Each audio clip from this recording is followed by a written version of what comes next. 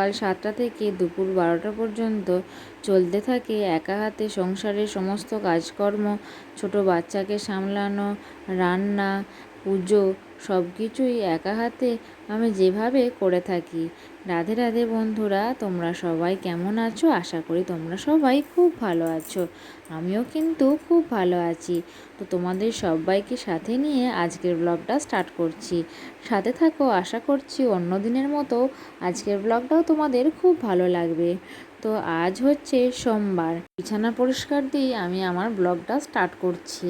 তো সকাল থেকে আমি যে কাজকর্মগুলো করি তো সেইগুলোই না সব তোমাদের সঙ্গে শেয়ার করে নিই। তো যেদিন যেমন করি সেদিন তেমনই সবটাই তোমাদের সঙ্গে শেয়ার করি। তো এই শেয়ার করাটাই তোমাদের এত ভালো লাগে, তোমরা নতুন নতুন কমেন্ট করো, আমার খুব ভালো লাগে।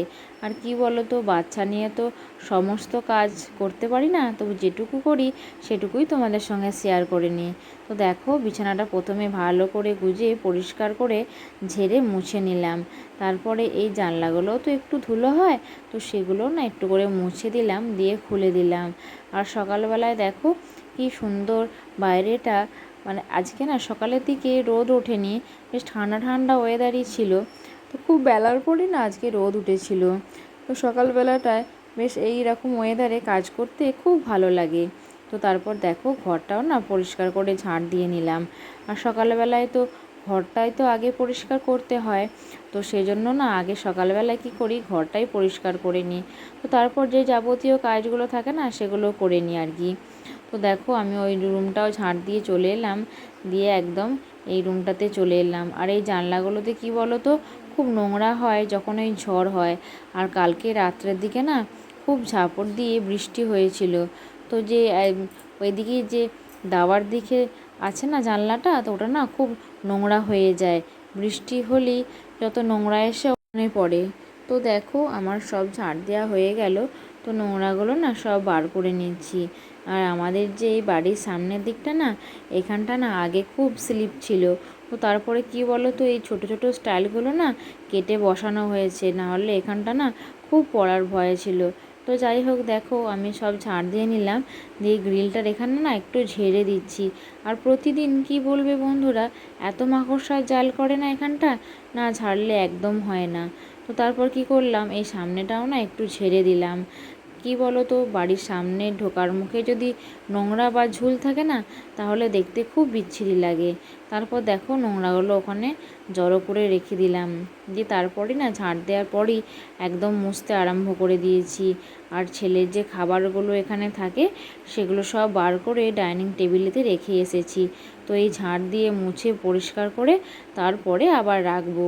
তো সব সময় ছেলের খাবারের জায়গাগুলো পরিষ্কার না করলে তো হয় না আর কি।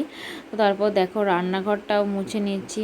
আর কি বলো তো, এই রান্নাঘরে তো মেঝেটাতে তো আমাদের খাবারগুলো রাখা হয়, তো তো বসে বসে তো খাবার বাড়া হয়, আমাদের টেবিলে রাখা হয় না। তো সেই জন্য না এই মেঝেটা একটু তেলচিটে ভাব থাকে। তো সেজন্য কি করি, সার্ফ দিয়ে না মেঝেটা মুছে দিই। তো প্রতিদিনই মুছি আর কি। তো তারপর দেখো ডাইনিংটাও ভালো করে মুছে নিচ্ছি। আর না এখন ঘুমাচ্ছে। কি বলো তো, ছেলে না আজকে একটু ভোর ভোর উঠেছে, মানে ওই 5টা, ভোর 5টা হবে ওরকম সময় উঠেছে। আর অত ভোরে উঠলে এমনিতেই তো খুব সকাল সকাল ঘুমিয়ে যাবে। তো সেই জন্য না আগে ঝাঁট মোছাটা করে নিচ্ছি, মানে রুমগুলো আর কি পরিষ্কার করে নিচ্ছি। তারপরই না আমি স্নান সেরে নিয়ে একদম চলে এসেছি এখানে ফুল তুলতে।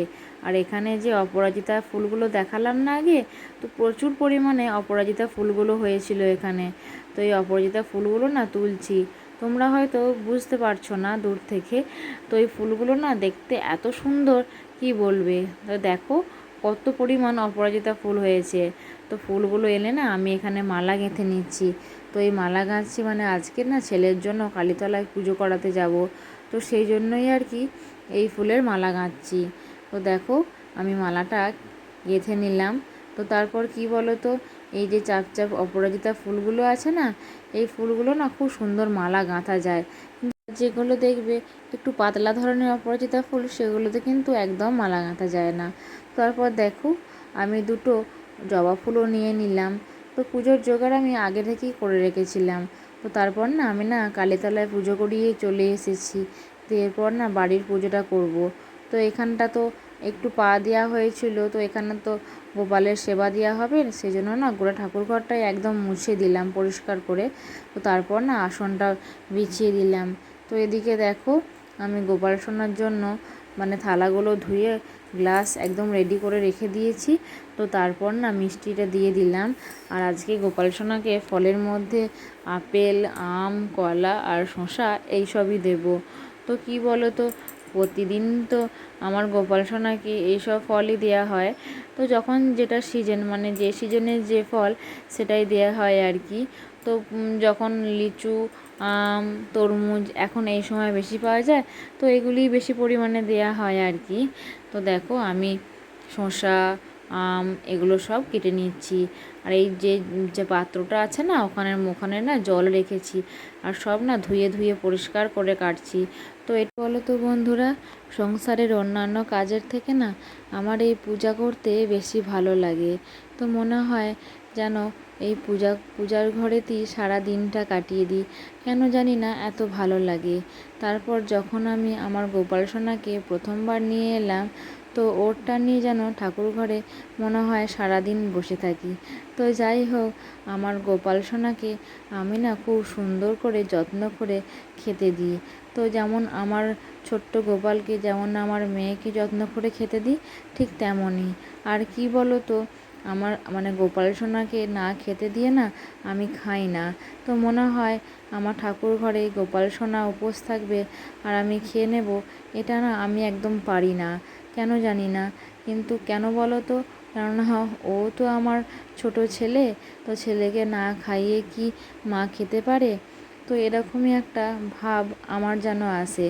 তো যাই হোক, দেখো এই এত গরমের মধ্যে আমি আমার গোপাল সোনাদের দুধ দিয়ে এবং জল দিয়ে স্নান করিয়ে দিচ্ছি।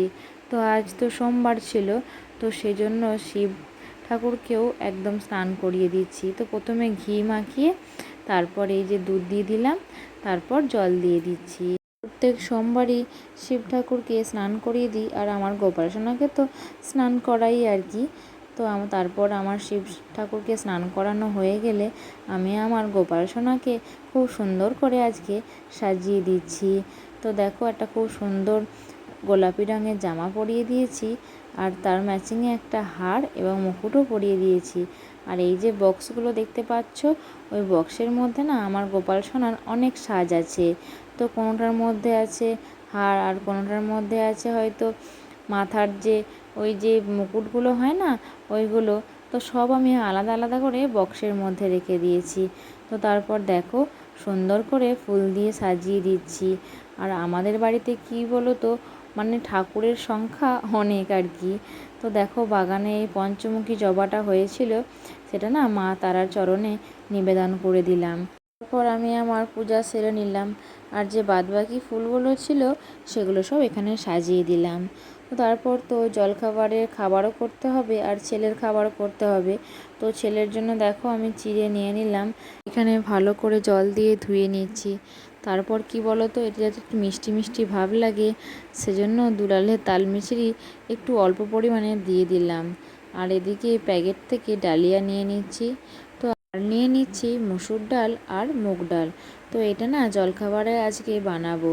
তো দেখো আমি নিয়ে নিয়েছি পরিমাণ মতো, আর এখানে সবজির মধ্যে নিয়ে নিয়েছি কুমড়ো, ঝিঙে আর একটু অল্প পরিমাণে কাঁচকলা।